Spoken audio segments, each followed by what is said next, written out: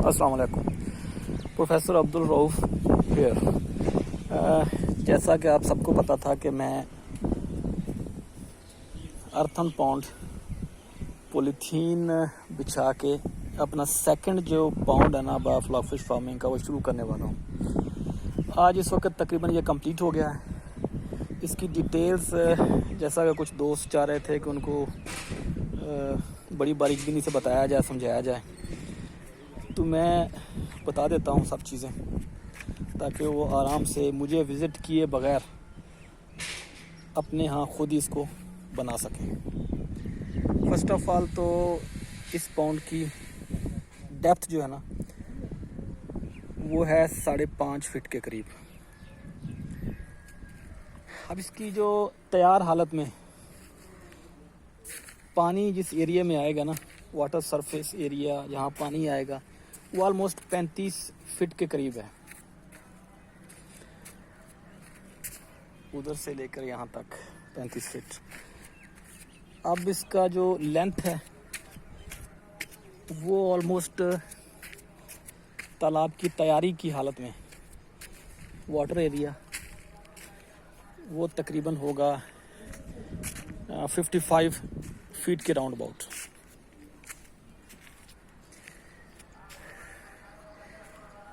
ये तैयार हो चुका है और इसमें यह है कि मैंने ये लगाया है स्लज के लिए। ये पाइप है एल्बो के साथ और एक सिरे से दूसरे सिरे तक इसको रख दिया, नीचे सुराख डाल दिए हैं। इसमें रख ले 3 mm के सुराख होंगे। स्लज इसमें से निकाल लिया जाएगा और उस सिरे पे मैं आपको दिखाता हूँ जहाँ से स्लज को हमने रिमूव करना है। और ये जैसा कि सबको पता है कि मैंने पॉन्ड के अंदर एक कबर नुमा ये मिट्टी की ढेरी सी रखी है। उसकी वजह से कि जो भी स्लज होगा, फिश वेस्ट होना, इधर से स्लिप होके इधर आ जाएगा नीचे, इस साइड से नीचे आ जाएगा और आराम से हम डेली बेसिस पे चाहें, वीकली बेसिस पे चाहें, जब चाहें इसको यहाँ से ड्रेन कर दें, कोई मसला नहीं है।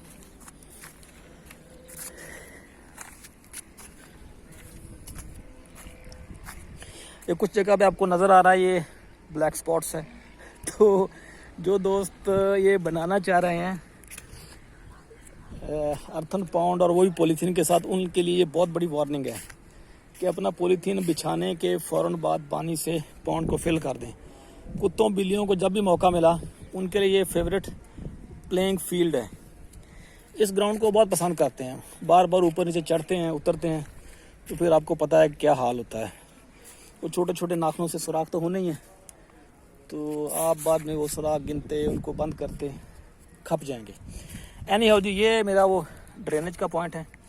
यहाँ से आगे मैंने अंडरग्राउंड वायरिंग की हुई है और उधर आगे जाके मैंने कुआं बनाया हुआ 10 फीट का।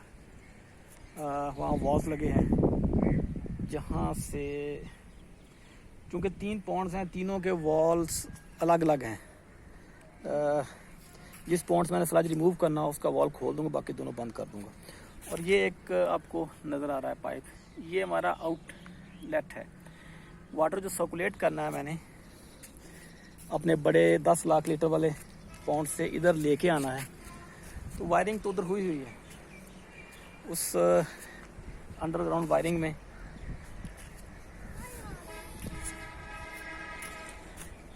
ये इनलेट है, यहाँ से पानी तालाब में आएगा और घूमता घुमाता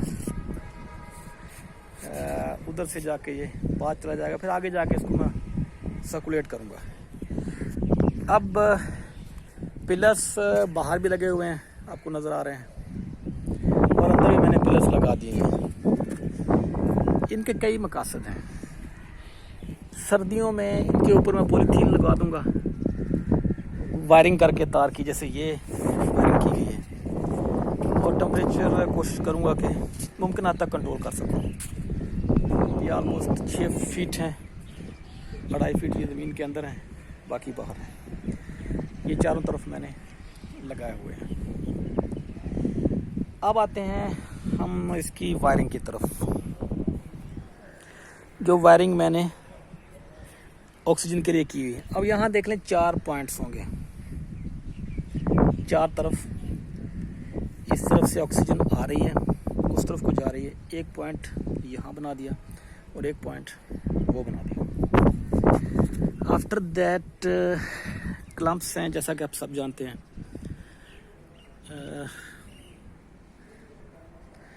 प्लास्टिक वायर गैस वाली क्लम्प है। उसके बाद ये 6 इंच का ये है एरो ट्यूब, और इसके एंड पे मैंने ये लकड़ी ठोंक के ना इसके ऊपर क्लम्प लगा दिया है। अब ये इसमें से गैस लीक नहीं होगी। इस तरह से ये 4 जॉइंट्स लगा दिए हैं।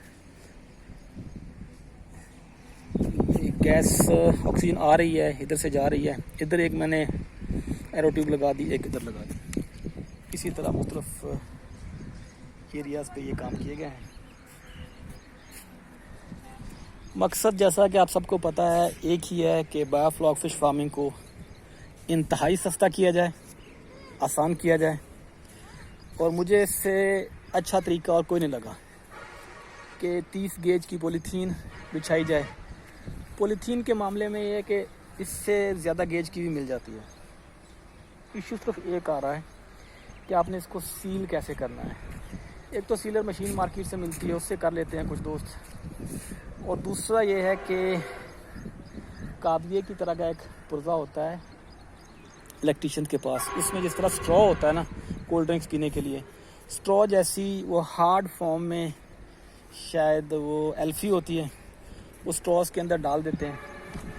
एल्फी पिघल के वो उनके पार्ट्स जो है ना मशीन के, उनको जोड़ देती है। इसमें एक दोस्त ने बताया कि आप 3 इंच तक अगर वो एल्फी पिघला के और उसके ऊपर एक तय पॉलीथीन की फिर एल्फी वो पिघला के उसके ऊपर दूसरी तय रख देना, तो इम्कान है कि आपका पॉलीथीन का जो शॉपर है ना ये वहाँ से फटेगा नहीं। और दूसरा वो सिलिकॉन है, तो ज़रा महंगी है। अब ये आप पे डिपेंड करता है कि आपने इसको किस तरह से लेके चलना है। और काफ़ी सारी जगहों से ये शुरू में इतराज़ भी था कि पॉलीथीन वाला पौंड नहीं चल पाएगा। मेरा सामने वाला पौंड है, आप बिलीव नहीं करेंगे कि उसको आज लास्ट मई की 18 तारीख को उसको मैंने वहाँ स्टॉकिंग की थी। इस वक्त सीड 3 से लेकर 6.5 इंच साइज़ का है, ग्रीन कल्चर है। स्लज मैंने अभी तक रिमूव नहीं किया और आपके सामने कामयाबी से चल रहा है। शुरू में प्रॉब्लम ज़रूर हुए थे 1-2 दफ़ा, वही इशू कुत्तों वाला, वो घुसे हैं पानी पीने, तो कुछ गड़बड़ हो गई थी। अभी कोशिश है कि यहाँ एक जाल लगाया साइड पे, अगर जो इतना मौसर नहीं रहा, कुत्ते आए हैं तो वो और इलाज मुझे करना पड़ेगा। दूसरी चीज़ ये है कि ये आपका जो भी पौंड बनाए तकरीबन 95% तक आपकी पौंड के कंस्ट्रक्शन के एक्सपेंसेस को रिड्यूस कर देगा। जिस बंदे को डाउट है मुझसे डिस्कस कर ले। इस तरह का पौंड और पॉलीथीन। अब आपका बाद में ऑक्सीजन की वायरिंग, स्लज की wiring, root blowers, ring blowers और जो भी ऊपर के खर्चे हैं ना, सीड है, फीड है, बिजली है, सोलर पैनल है, वो बाद की बातें हैं। मुख्तसर ये है कि ये इंतहाई आसान है, सस्ता है। एक आम आदमी की बजाय इसके कि वो एक टैंक बनाया 70,000 रुपीज़ का, सिर्फ 10,000 लीटर का, वो 20-25 हज़ार में 1 लाख लीटर का टैंक बनाया। 10,000 में 600 मछली पालने की भी यहाँ 6,000 मछली पाले और अपना बिज़नेस करें। ये 10,000, 15,000, 20,000 के टैंक्स जो ना, इनसे कहीं बेहतर है ये इंतहाई सस्ता 20-25 हज़ार में 1 लाख लीटर्स का तो बनाएं और फिश फार्मिंग करें। अब ये एरिया आप देख रहे हैं, यहाँ मैंने कोई भी एरो ट्यूब नहीं लगाई। रीज़न उसकी ये है कि यहाँ मैंने इसकी फीड के लिए फ्लोटिंग फीडिंग ट्रे फिक्स करनी है। फिर तालाब में उतरना चढ़ना भी होता है, तो ये पॉइंट छोड़ा हुआ मैंने इसमें एंट्री के लिए और एग्ज़िट के लिए। ये थी मेरी कोशिश। और नेक्स्ट एक बड़ा जो टैंक है वो मेरा ख्याल 1 आध महीने तक उसको ऑपरेशनल करूँगा, वो दूर नज़र आ रहा है। उसमें 10 लाख लीटर वाटर होगा। और कोशिश है कि यहाँ मछली पालूँ, कुछ 50 ग्राम की यहाँ हो जाए और उसके बाद उसको मैं उधर मुंतकिल करूँ। स्ट्रैटेजी ये है, इससे मेरी कुछ सेविंग हो जाएगी। यानी बिजली का खर्चा कम हो जाएगा और कई सारे अखराजात कम हो जाएंगे। और एक अहम तरीन चीज़ आप दोस्तों को बताने लगा हूँ मैं, शायद आप लोग यकीन इस पर ना करें। ये मेरा पॉन्ड है ना, ये ग्रीन कल्चर है, ये ब्राउन नहीं है जो सामने नज़र आ रहा है। इसमें मैं सिर्फ 1 घंटा सुबह और 1 घंटा शाम एरेशन देता हूँ। 8000 के करीब तिलापिया मछली इसमें है और एक भी मोर्टेलिटी अब तक नहीं है, 0 मोर्टेलिटी टिल नो। 1 घंटा सुबह 1 घंटा शाम। हाँ, 3-4 दिन के बाद को आधा घंटा इसमें पानी मैं नया डाल देता हूँ। ये अब आप पे डिपेंड करता है कि आपने बिल्कुल स्टार्ट में इसको कितनी ऑक्सीजन देनी है, कितनी रिक्वायरमेंट है, कितनी नहीं है। मैं बहरहाल ऐसा ही करता हूँ। तो देख लें, ग्रीन कल्चर है, इससे फीड की भी मेरी काफ़ी सारी बचत है और अल्हम्दुलिल्लाह फिशेस जो है ना वो बिल्कुल हेल एंड हेल्दी हैं। अभी मैं आपको दिखाता हूँ फीडिंग कर रही हैं वो अज़ोला।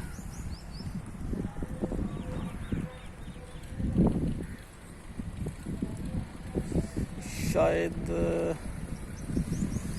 असल में ये ना बहुत जल्दी से छुप जाती हैं। अज़ोला है, इसको खा रही हैं। ये मुमकिन है आपको ये छोटा सा इसका जो ना ग्रुप इधर उधर मूव कर रहा है वो नज़र आ रहा है। इनको आज या कल मैं शिफ्ट कर दूंगा बड़े पॉन्ड में।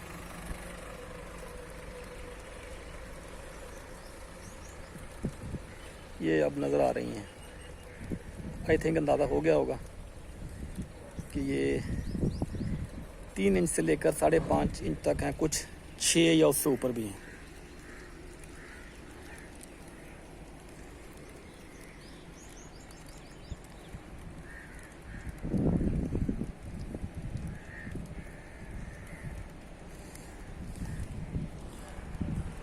अस्सलाम वालेकुम।